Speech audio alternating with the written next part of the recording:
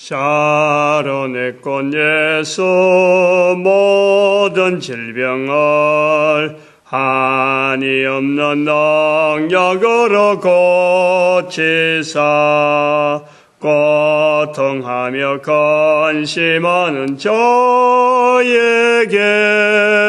거신 민과 소망 내려주소서.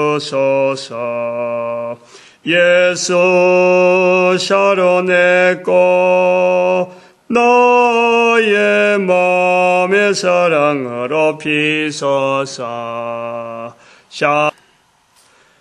하나님 말씀 요한복음 1장입니다. 요한복음 1장 14절에서 18절 말씀 교독하도록 합니다. 14절 말씀 제가 먼저 받들어 봉독드립니다. 말씀이 육신이 되어 우리 가운데 거하심에 우리가 그 영광을 보니 아버지의 독생자의 영광이요 은혜와 진리가 충만하더라. 요한복음 1장 1절에서 18절까지 말씀, 오늘 18절 말씀을 읽게 되는데 여기서 우리가 오랜 시간을 지금 공부를 한다 그럴까요? 연구를 한다 그럴까요? 어찌 보면은 표현이죠, 표현. 예수 그리스도에 대해서 사도로서 요한은 그리고 오랫동안 살아면서 연륜을 보냈잖아요. 세월을 보내면서 예수 그리스도에 대해서 증거하기를 요한은 아주 참 열심히 했을 겁니다. 참 최선을 다했을 거예요. 모든 사도들이 다 마찬가지고 당시에 있었던 예수님을 만났다는 사람들은 다 예수님에 대해서 증거하기를 열심히 했을 거예요. 그런 것을 한눈에 한마디로 표현할 때 사도 요한은 하나님께로서 보내심을 받은 사람, 세례 요한에 대해서 1장 6절에 하나님께로서 보내심을 받은 사람이 났으니, 한 사람이 태어난 것에 대해서 아주 강하고 아주 큰 어떤 표현으로 하나님께로서부터 났다, 하나님께로서 보냄받은 사람이다, 이런 표현을 합니다. 우리 한 사람 한 사람이 다 하나님께로서 왔죠. 다 하나님의 지으신 창조물입니다. 창조물. 그 중에서 예수 그리스도를 만남과 또 예수 그리스도를 증거하는 자의 그름 자체가 바로 하나님께로서 난 사람의 증거하는 거예요. 증거. 하나님께로서 났다. 너도 났다, 나도 났다, 다 났는데 이것을 증거하는 사람이 바로 하나님께로서 난 사람, 이제 그 보냄 받은 사람, 보냄 받은 사람이다. 오늘 그 14절에서 18절까지 말씀 중에서 주제를 삼으려고 하는 것은 14절 마지막에 있는 은혜와 진리입니다. 은혜와 진리. 은혜와 진리란 말씀을 제가 이제 주제를 표현을 하지만은 상당히 이거는 뭐 늘 그렇지만은 요한복음에서 늘 그러는데 이것을 다 풀라 그러면은 다시 말하면은 뭐 이것을 학문적으로 또 어떤 당시의 상황, 또 그 언어가 쓰이는 여러 가지 형태들, 이거 하려고 은혜 하나만 갖고 해도 맨날 며칠을 해야 되는, 마찬가지로 또 진리도 마찬가지. 이 두 제목이 그만큼 폭넓은 쓰임과 광범위하게 적용되어지는 그런 표현이 은혜와 진리고, 또 그 당시에 이런 언어가 있었다라는 거예요. 언어가. 은혜라 하는 말이 오늘도 우리가 있지만은, 우리가 쓰려고 하는 은혜랑 하는 거하고, 당시에 쓰는 은혜는요, 분명히 그것의 어떤 각도라든지 여러 가지 부분에서 달라요. 사람들이 알고 있는 은혜, 알고 있는 진리, 이걸요, 요한복음이 말하는 은혜와 진리 같다, 당시에 쓰고 있지만 이 갖다 보면 안 되는 거예요.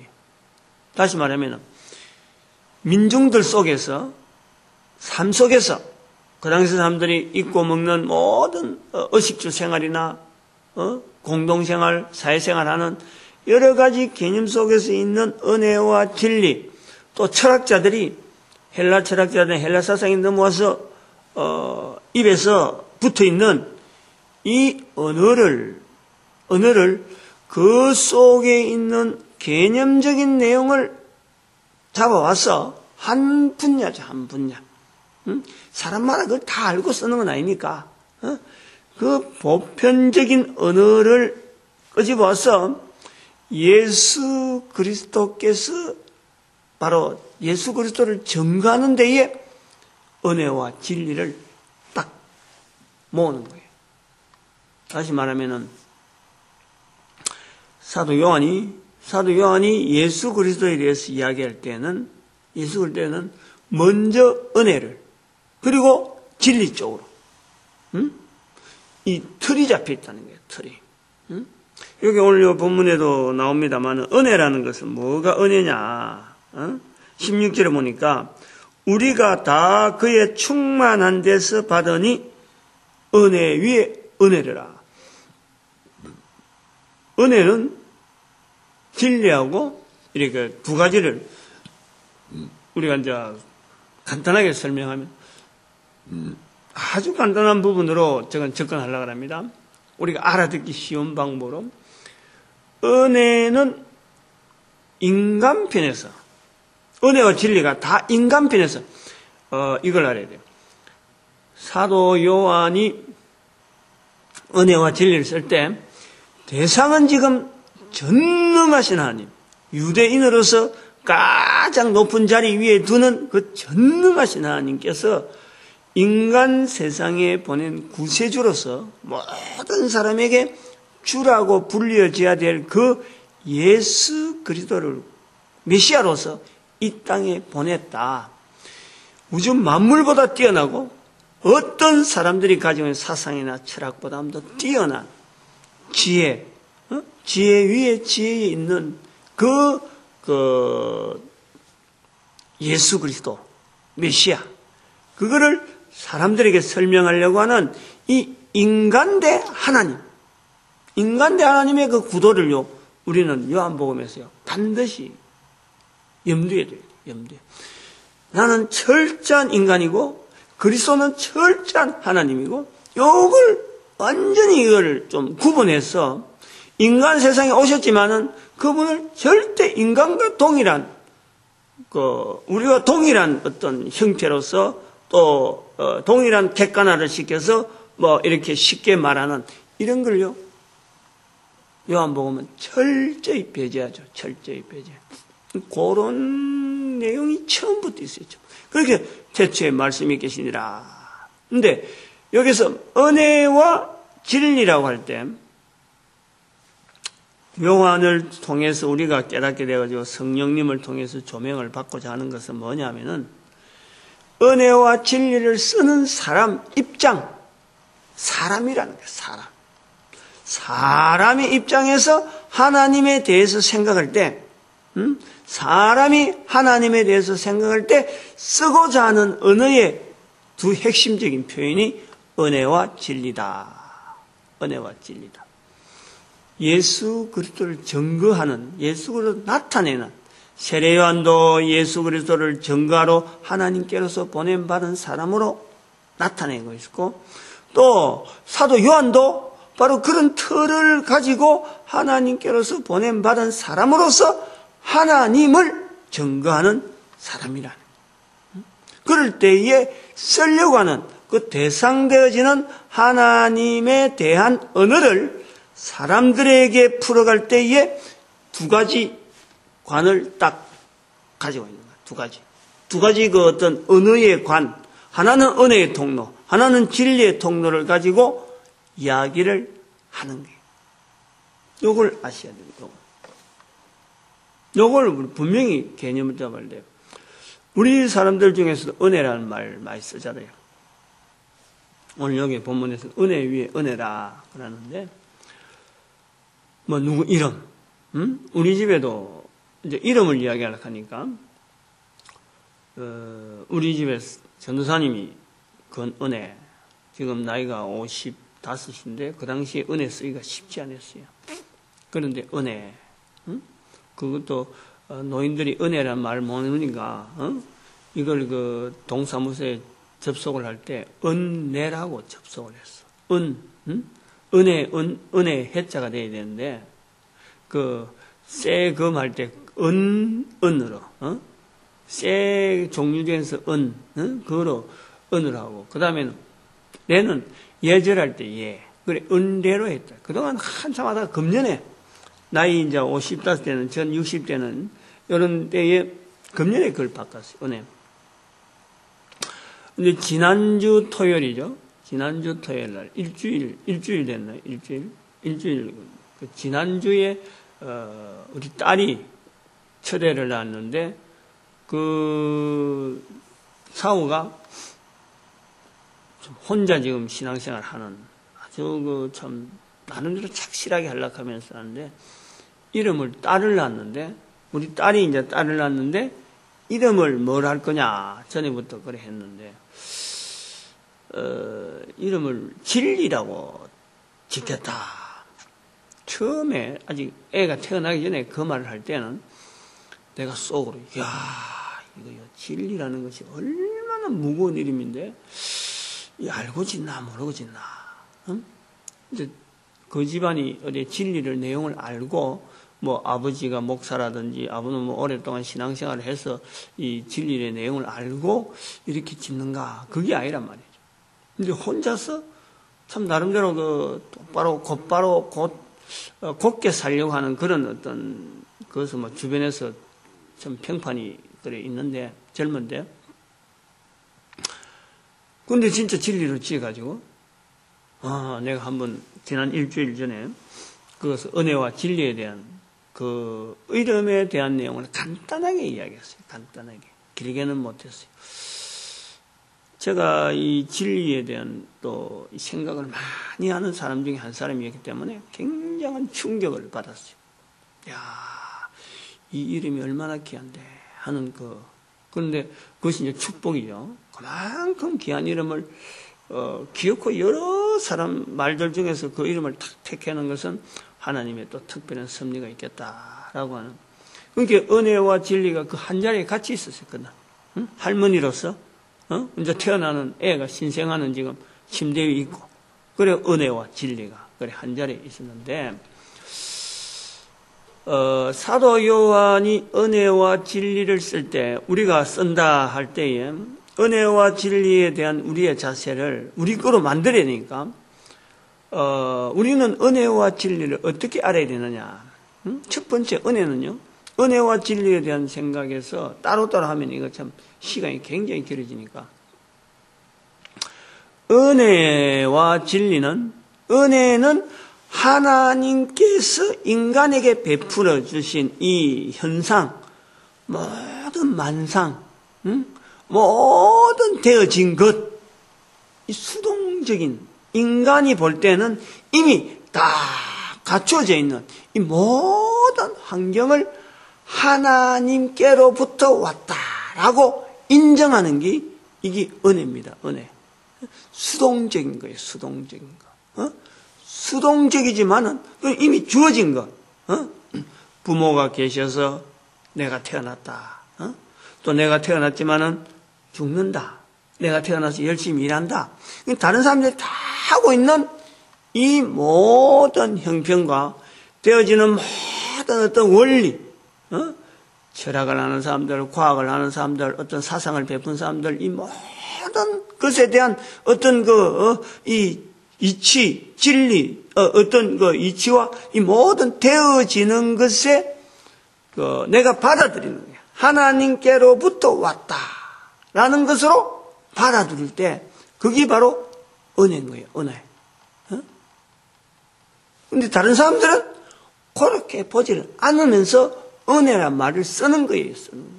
쓰고 있는 은혜라는 말을 가지고 사도 요한이 은혜란 말을 쓸 때에는 바로 모든 것이 하나님으로 주어진 것이다 라는 고백을 하도록 우리에게 요구를 하고 있는 거예요.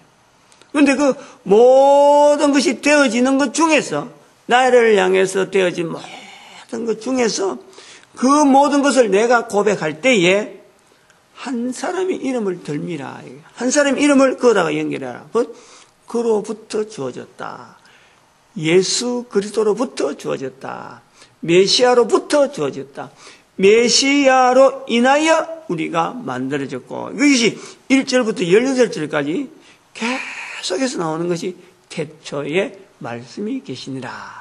그 말씀이 하나님과 같이 계셨고 만물이 3절에 보니까 만물이 그로 말미암아 지은 바 되었고, 지은 것이 하나도 그가 없이 된 것이 없다. 이렇게 표현하는 것이 은혜에 대한 표현이란 말이에요. 되어진 것이 그로 말미암아 되어졌다 라고 하는 것은 우리가 은혜에 대한, 그래서 내가 하나님의 은혜다. 하나님께서 나에게 이렇게 은혜를 베푸셨다. 그리고 10절에 또 그럽니다. 그가 세상에 계셨음에 세상은 그로 말미암아 지은 바 되었으되, 세상이 그로 말미암아 지은 바 되었다. 세상이라 하는 우주 만물의 모든 이치와 모든 것, 이것이 바로 그리스도로 말미암아 지은 바 되었다. 10절에. 그리고 또 오늘 또 16절에 우리가 다 그의 충만한 데서 받으니 은혜 위에 은혜를 분명한 은혜라는 거죠. 분명한 은혜. 참빛. 오늘 여기 본문에도 하잖아요. 참빛. 본문이 아니고 그 9절에 참빛 그가 곧 세상에 와서 하는 그 참빛이 바로 은혜 위에 은혜. 은혜 위에 은혜. 이 개념을 우리가 분명히 해야 돼요. 은혜는 수동적인 형으로 우리에게 베푸르신 하나님의 그 섭리인데, 그러나 거기에다가 내가 능동적인 표현을 하는 것은 바로 예수 그리스도로부터 주어졌다. 예수로부터. 하나님으로부터 왔다 하는 것도, 우리가 그 하나의 능동적인 표현이기도 해요. 그러다가 좀 더 적극적으로 나가면은 바로, 예수 그리스도로 말미암아 하나님께서 이 모든 것을 지었다. 우리에게 주어진 수동적인 내용인데, 수동적인 그 환경을 나는 그것을 이제는 내가 그리스도 안에서의 어떤 능동적인 표현으로서 할 때 우리에게 적용해야 될 그 은혜가 되는 거예요. 좀 능동 수동하니까 좀 어려운지 모르지만은 부모님을 통해서 태어났잖아요. 다들 그래 살고 있어요. 그런데 그 부모님이 어느 날, 이제 그거는 은혜조차 깨닫지 못하는 거지. 다들 그래 사니까. 그런데 어느 날 부모님에 대한 은혜를 우리가 깨닫는 거예요. 아하, 부모님이 없었다면 내가 참 어떻게 살았겠느냐. 이제 그것은 은혜에 대한 깨달음이라. 그래서 뭐 예절을 갖추자 이래 하는데, 근데 조금 지나고 나면은 그보다 또 더한 것은 하나님께서 부모를 통해서 나를 만드셨구나. 이걸 우리가 깨닫는 거예요. 그것이 은혜라고 하는 것을 아까 처음에는 단순하게 참 예의적으로 주변 사람들이 그러니까 은혜구나. 이제 수동적인 상황을 내가 깨닫는단 말이에요. 은혜에 대한 수동적인 상황을. 그리고 하나님께로부터 주어졌다. 바로 능동적인 은혜에 대한 접근이라. 그런데 하나님께로 주어졌는데 내가 그냥 하나님께로 주어진 그냥 그대로 있을 거냐?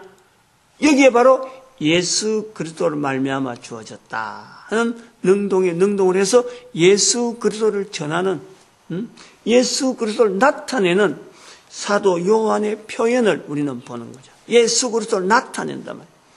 은혜 위에 은혜라. 다른 사람들에게 이제는 그를 깨닫게 하는 거예요. 다른 사람들도 그냥 은혜인지도 모르고 지냈는데 그것이 은혜다. 그리고 하나님께로 주어졌다. 은혜에 대한 접근을 우준하게 시켜가서 그로 또 예수 그리스도를 말미암아 우리가 만물이 지어진 것에 대해서 고백하게 만드는 은혜의 통로가 바로 은혜라고 하는 이 구조가 사도 바울이 예수 그리스도를 나타낼 때에 나타내는 예수 그리스도에 대한 설명을 만물 가운데 수동적인 부분에 대해서 주어지는 환경에 대해서 바로 예수를 나타내는 하나의 구도로 쓸 때의 은혜다 이 말이에요. 좀 이해가 되길 바랍니다. 고민을 해야 되는 거지. 고민을 해봐야 돼요. 그 다음에 진리는 은혜가 수동으로 주어진 것이라 그러면요, 진리는 능동적으로 주어진 거예요. 능동적으로.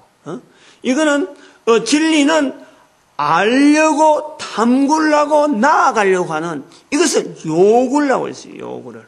진리는 가만히 있어서 수동적인 상황 자체를 가지고 이 은혜의 은혜라고 하고 가만 머무는 게 아니고 은혜의 은혜 속에서 수동으로 되어 있는 이곳에서 내가 그러면 근본적으로 나아가야 되는 어떤 방향이 뭐냐 탐구하면서 나아가는 추구하는 인생에게 주어진 아까 인생에 주어진 어떤 그 수동적인 환경 그것이 은혜라고 할 적에 이 수동적인 인생에 주어진 것에서 능동적으로 적극적으로 나아가야 될 일이 뭐냐 내가 해야 될 일에 대해서 추진하고 나가고 살아나가는 인간이 하나님에 대해서 적극적으로 나아가야 될 길이 뭐냐 하나님이 해놓으신 일을 내가 받아서 이걸 그대로 내가 누리는 정도에서는 그것은 은혜인데 그럼 이런 하나님의 은혜를 내가 안다 그러면은 내가 내한테 주어진다 그러면은 인간으로서 하나님을 향하여서 적극적으로 취해야 될 행동이 뭐냐 요거예요. 아까도 수동적인 은혜 위에서 예수 그리스도를 말미암아 주어졌다라는 이 증거하는 이 일이라고 그것이 우리가 은혜 위 은혜라 하는 이런 표현을 했습니다만은 이것은 바로 이 진리라고 하는 이 부분에서요 바로 나오는 거예요. 하나님이 인간을 만드실 적에 그냥 만드신 게 아니라는 거죠.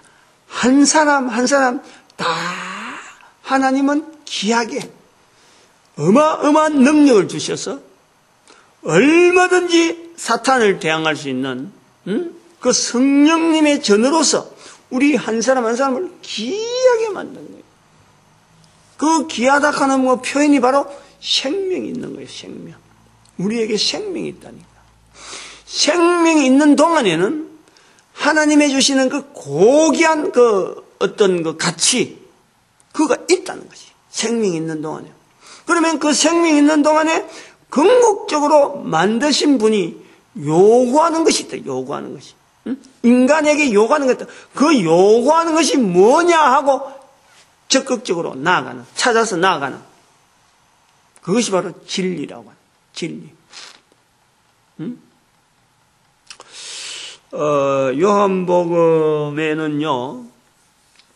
요한복음에는 그 환경이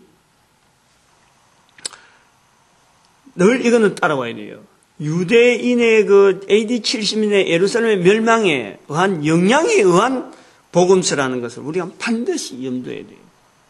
그래서 다른 복음서에는 예수님에 대해서 이야기할 때에는 항상 그리스도라고 하는 개념이 딱 있는 거예요. 메시아. 다른 복음서에는 메시아라는 그 개념이 있어서 그 메시아의 초점이 맞춰지고 있어요.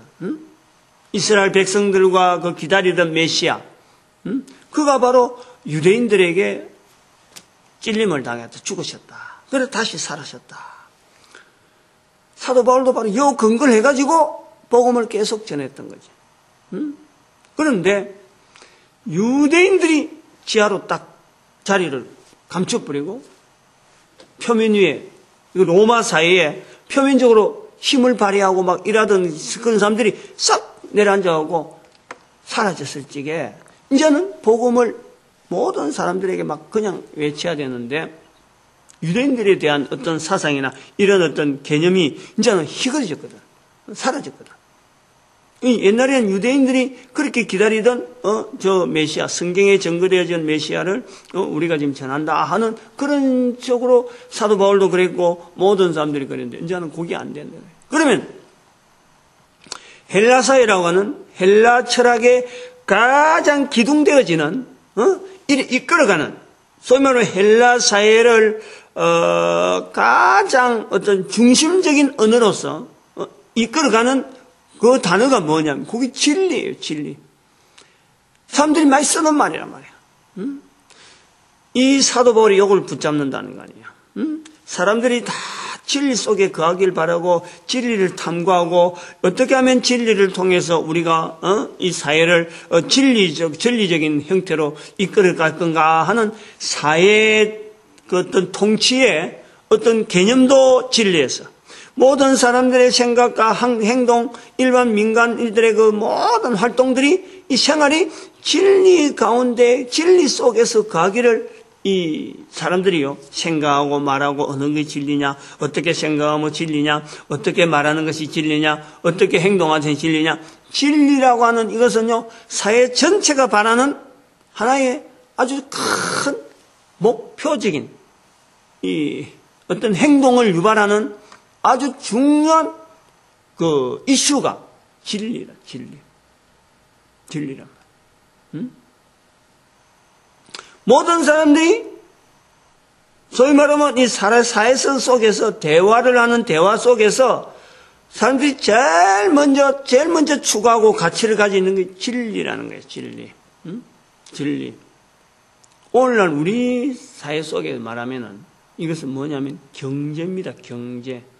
어떻게 하면은 내가 사회적으로 안정적으로 내가 국가적으로 참 힘 있는 국가가 되고 내가 무슨 사업을 하나 하더라도 이 물질 자체에 대해서 내가 보다 풍족하게 생활할 거냐. 이 모든 문명이 막 돌아가는 것이 돈 없으면 절대 못 살도록 지금 구조가 돼가는데 어떻게 하면 이것이 가능한가 하는 이런 구조로 생각되어지는 것이 오늘날 우리 경제잖아요. 경제. 그런데 이 당시의 사회에서는 진리라는 말이 모든 사람의 어떤 사상이나 생각 속에 말 속에 이 진리를 향한 어떤 그 방향이 사회 모든 전반에 다 연결되었고 그 한마디로 가지고 서로 간에 의견을 소통하고 정책을 정하고 언어를 정하고 가르침을 한단 말이에요. 가르침을.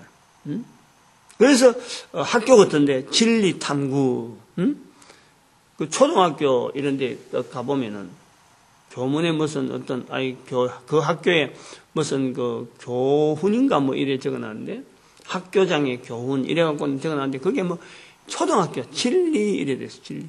마치 진리가 쉽게 아는 것처럼 지금의 진리하고는 완전히 다르죠. 지금은 진리를 뭔지도 몰라요. 진리가 무슨 뜻을 말하는지 그때 개념이 뭔지도 모르고 지금 진리를 쓰는 거예요. 이런 진리를 예수 그리스도를 통해서 우리가 예수 그리스도를 어떻게 하면은 다른 사람들에게 알리려고 예를 쓰느냐. 바로 그 예수 그리스도를 향해서 나아가는 이 모든 구조가 그로부터 주어진 것이 은혜다 하고 알아서 예수 그리스도를 나타나는데 바로 이 예수 그리스도를 어떻게 나를 통해서 나타내려고 하는가 하고 고민하고 나아간 이것을요 진리로 보는 거예요. 진리로. 요한이 보는 진리는 바로 그거라. 어떻게 하면 인간이 창조주 하나님에 대해서 적극적으로 표현해 볼 수 있는 이거를 바로 진리다 하는 거예요. 진리. 또 예수 그리스도를 말미암아 내 모든 삶의 방향을 예수 그리스도를 나타내는 데에 삶의 방향이 정해지는 것이 이게 진리라는 거예요. 진리. 하나님, 성부 하나님, 성자 예수님, 성령 하나님에 대해서 인간이 나타내고 표현하고 증거하는 여기 적극적인 자리. 이게 진리예요. 진리. 요한복음에는 이 진리에 대한 표현이 예수님을 통해서 굉장히 많이 표현되고 있다는 걸 우리 알아야 돼요. 다른 복음서에는 없습니다. 그럼 그거냐, 그러니까 다른 복음서에는 유대인이라는 이 막이 있기 때문에 유대인과의 통화, 소통, 그 통로를 그리스도, 메시아라는 부분에 딱 이래 정리를 해놓은 것으로 표현하고, 이 요한복음에서는 이 예수 그리스도를, 메시아는 메시아인데 바로 이 헬라 사회가 가지고 있는, 헬라 사회가 있는 사회 전반이 가지고 있는 큰 기둥적인 언어, 진리라고 하는 그것과 싸우려고 하는, 그 속에 바로 예수 그리스도를 숨기려고 하는, 바로 예수 그리스도가서 진리다 하는 이 내용을 통해서 보편적인 유대사회뿐만 아니라 이 헬라사회 전체에 바로 이 예수 그리스도를 적용시키려고 하는 그 표현이 사도 요한은 예수 그리스도의 말씀 속에서 나오는 한 말씀 한 말씀에 진리라는 말을 쓰는 언어들을 끊임없이 나타내려고 해요. 예수님도 당시의 사람으로서 진리라는 말을 많이 했어요. 그런데 다른 복음서에서는 이런 표현을 안 했어요. 복음 현장이 다르니까. 전도 대상자의 이 생각하는 것, 사고방식이 달라지니까 유대인들이 있는 그 벽이 있는 데하고 유대인이 없을 때하고 차이 때문에 예수님이 진리라는 말을 썼을 때도 다른 사람들은, 다른 제자들은, 다른 글에서는, 다른 복음서에서는 진리라는 말씀을 그렇게 많이 나타낼 수가 없어요. 이 서로 차이가, 개념 차이가 나니까. 그런데 예수님이 진리라는 말을 많이 썼다는 걸 알아야 돼요. 많이 썼어요. 왜냐하면 보편적인 언어니까, 그 당시에. 그런데 예수님이 쓰는 진리의 언어를 요한복음은 집중적으로 나타내고 있다. 요한복음 8장 32절에 유대인들에게 진리를 알지니 진리가 너희를 자유케 하리라. 32절에 그런. 그리고 이 진리에 대해서 예수님께서 십자가에 못 박힐 때 그때 아주 중요한 구조를 가지고 진리에 대한 이야기를 하죠. 진리를 알지니 진리가 너희를 자유케 하리라. 유대인들에겐 진리를 알아라 라고 하고는 18장 38절에 빌라도는 예수님께서 진리라 말을 할 때 말씀을 했습니다. 내가 진리에 대해서 37절에 내가 진리에 대해서 증거하러 왔다 할 때 예수님께서는 그렇게 진리를 한 거예요. 이 빌라도가 진리가 무엇이냐 하고는 말을 한마디 쓱 하고는 예수님이 대답을 안 해요. 진리도 대답을 안 해요. 진리가 무엇이냐라고 묻는데 대답을 안 하고. 그 다음에 물론 이제 진리라고 하는 이 내용을 알만한 어떤 상황이 안 되는 차이, 유대인들은 어느 정도 알아들을 수 있는 터전이 있고, 빌라도는 로마 사람인데 예수님이 말한 진리의 근본적인 내용을 알려면은 구약 성경이나 이런 것이 토대가 돼야 되는데 이것도 토대 안 된 사람 앞에 함부로 이야기할 수 없는 아마 그 짧은 시간 속에 지금 그게 아니잖아요. 지금 내용을 말할 그게 안 되니까 묵사라는 것도 있고 아니면은 훗날에 진리에 대해서 다른 사람을 통해서 듣게 될 것이다 하는 이런 것도 보여지겠죠. 끝까지 탐구하면은 끝까지 추구하면은 반드시 알아낼 수밖에 없는 것이 진리는.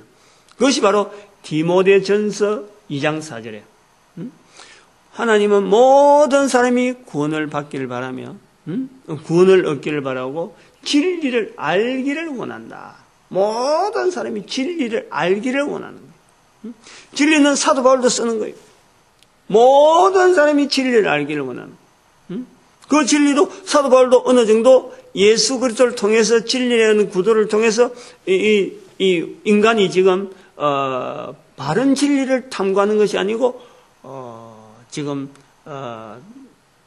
예수 그리스도 없는 진리를 추구한다. 이래가지고 거기에서 진리를 알기를 원한다. 하나님이 원하는 것이 바로 진리다 하는 것을 표현하고 있는 거예요. 바로 이런 내용. 이 진리라고 하는 이 표현이 예수님도 편하게 썼고 유대인들도 알고 있고 진리라는 알고 있고 그 다음에 모든 사람들이 빌라도도 그에 대한 관심이 비상한 거예요. 진리가 무엇이냐? 자기도 진리에 대해서 막 추구를 하고 있는데 실제로 정치하면서도 아무래도 이게 찾기가 힘든 그런 내용으로 지금 비춰주고 있는 것이 진리라. 그런데 이 진리가 결국에는 예수 그리스도였어요. 이 진리라는 이 내용이 예수 그리스도께서 이 땅에 왜 오셨느냐? 왜 오셨느냐?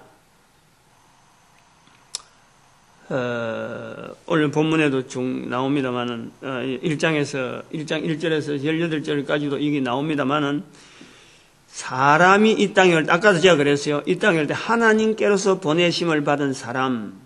그것은 바로 예수 그리스도를 전가하기 위해서 세례 요한이 왔다. 그리고 이 예수 그리스도를 전가하는 자리에서 지금 사도 요한이 증거를 하고 있는 거 아니에요? 증거를 하고 아니에요. 그런데 증거를 받고 있는 이 예수님께서 또한 증거하기 위해서 온 거예요. 다른 복음서에는 내가 복음을 전하러 왔다 이렇게 표현하고 있지만은 복음서에서는 공관복음에서는 내가 복음을 전하기 위해서 왔다라고 표현하고 있는데 요한복음에서는 바로 내가 진리를 전가하려 왔다. 그게 아까 말씀하는 18장 37절 말씀. 18장. 그 요한복음 18장 37절에 빌라도 앞에서 내가 진리를 위해서 진리에 대하여 전가하러 왔다라고 말하고 있는 거예요. 말씀하고 있는 거예요. 이 내용, 진리란 내용이 은혜와 진리란 이 두 부분이 사도 요한이 예수 그리스도에 대해서 나타내기 위한 아주 중요한 언어로서 딱 잡고 있는 하나의 이유이기도 하는 거예요. 은혜는 진리로 넘어가기 위한 모든 것이 하나님으로 왔는데 바로 하나님으로 주어진 것으로 그냥 하나님께서 만드셨다가 아니고 예수 그리스도로 말미암아, 즉 예수 그리스도를 통해서 예수 그리스도께서 하시고자 하는 분명한 사역, 그거를 위해서 하나님께서 모든 만물을 다 만드신 거예요. 이것을 우리가 깨닫는 것이 은혜 위에 은혜라는 거예요. 은혜 위에 은혜라는 거예요.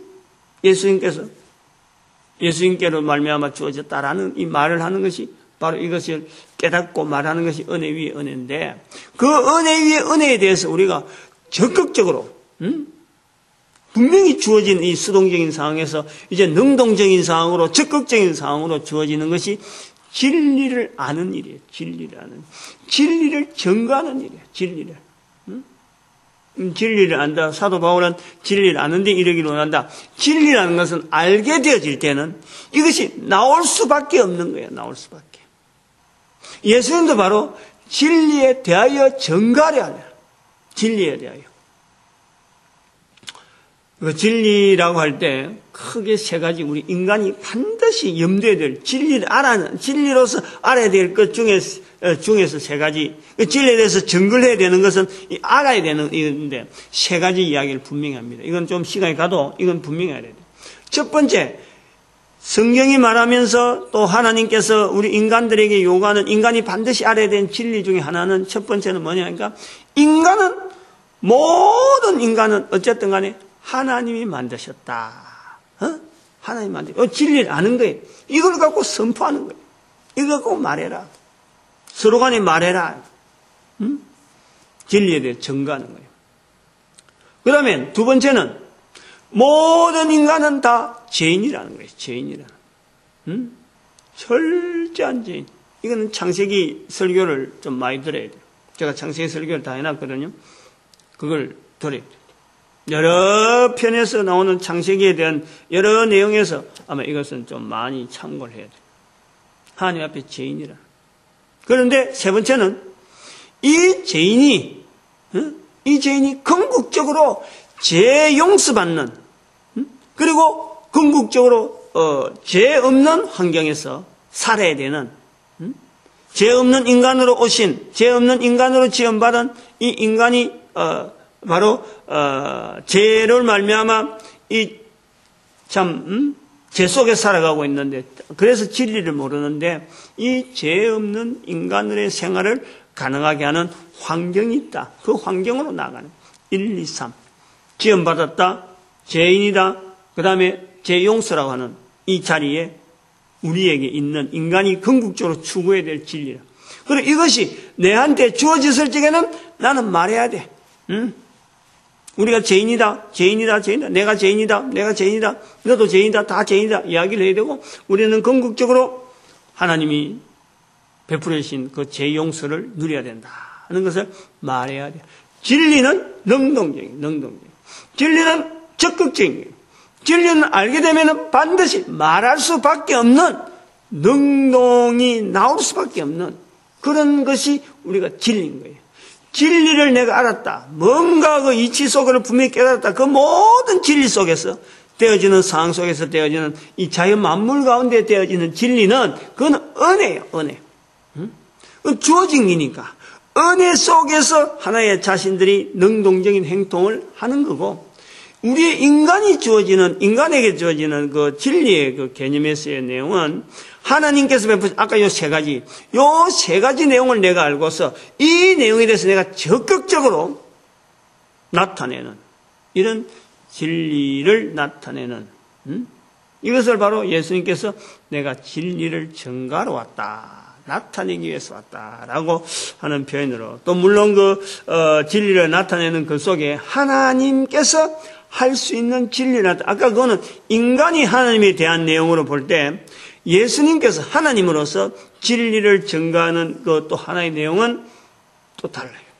그거는 또 어찌 보면 그 마태복음 그 12장 31절 32절에 연결되어지는 내용으로서, 이거는 그 에덴 동산에서의 그 생명나무로서의 예수님께서 그 선악을 알게 하는 나무를 증거하는, 마태복음 12장 31절 32절에 나를 이렇게 해방하는 자는 사심을 받는데 성령님을 해방하는 자는 사심을 못 받는다.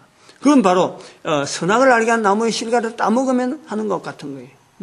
용서받는 거죠. 정령 죽으리라. 그리고 또 32절에는 마태복음 12장 32절에는 나를 업신여기면 무시하면 용서받지만은 성령님을 무시해버리면, 성령님을 거부해버리면 용서받지. 지금 세상과 오는 세상에도 용서함을 못 받는다. 이렇게 사심이 없다라고 표현하고 있습니다. 그것은 바로 요한복음 오늘 18장 37절에 표현하는 대로 진리에 대해서 전가하시는 바로 예수님을 우리가 표현하고 있는 거예요. 생명나무로서 선악을 알게 한 나무를 전가하는 그 형태로 예수님의 그 진리에 대한 증거를 우리가 볼 수 있어요. 그래서 삼위 하나님, 에덴 동산에서는 성부 하나님께서 선악을 알게 한 나무의 실과를 인간들에게 나타내는 거고, 그 다음에는 죄인인 인간이 죄 용서를 선포하는 예수 그리스도를 통해서 생명나무로서 우리 인간들에게 선악을 알게 한 나무 성령님을 전가하는 증거가 바로 예수님으로부터 내가 이 진리를 대하여 전가하러 왔다 하는 이런 표현을 하고 있는 것으로 우리가 포함을 시킬 수 있어요. 인간으로서의 진리의 길도 말씀하시고 하나님으로서의 진리의 길도 말씀하시는 표현이 바로 요한복음 18장 37절 말씀, 빌라도 앞에서 진리에 대한 내용을 말씀하고 있다 보고 있습니다. 그게 이제 빌라도가 알 수가 있나요? 그러니까 진리가 무엇이냐? 진리란 말은 알겠는데 그 진리가 자기가 알고 있는 내용하고 과연 맞을까 하고 딱 한번 질문했는데 예수님께서 입을 탁 다무는 그런 내용이 되어집니다. 오늘 여기까지 합니다. 우리가 새벽마다 부르짖는 것, 모든 사람이 예수 그리스도 앞에서 정인이 될 수밖에 없는 구조가 바로 은혜와 진리에 대한 분명한 우리가 자세를 나타내는 것이라 하긴 하고, 또 우리 개인, 교회마다 이를 전가한 데 충성하게 하고, 또 그리고 우리 나라가, 우리 민족이 하나님 앞에 쓰임받기를 우리가 소망하는 부르짖는 삼창 드리기를 바랍니다. 주여 삼창합니다. 주여!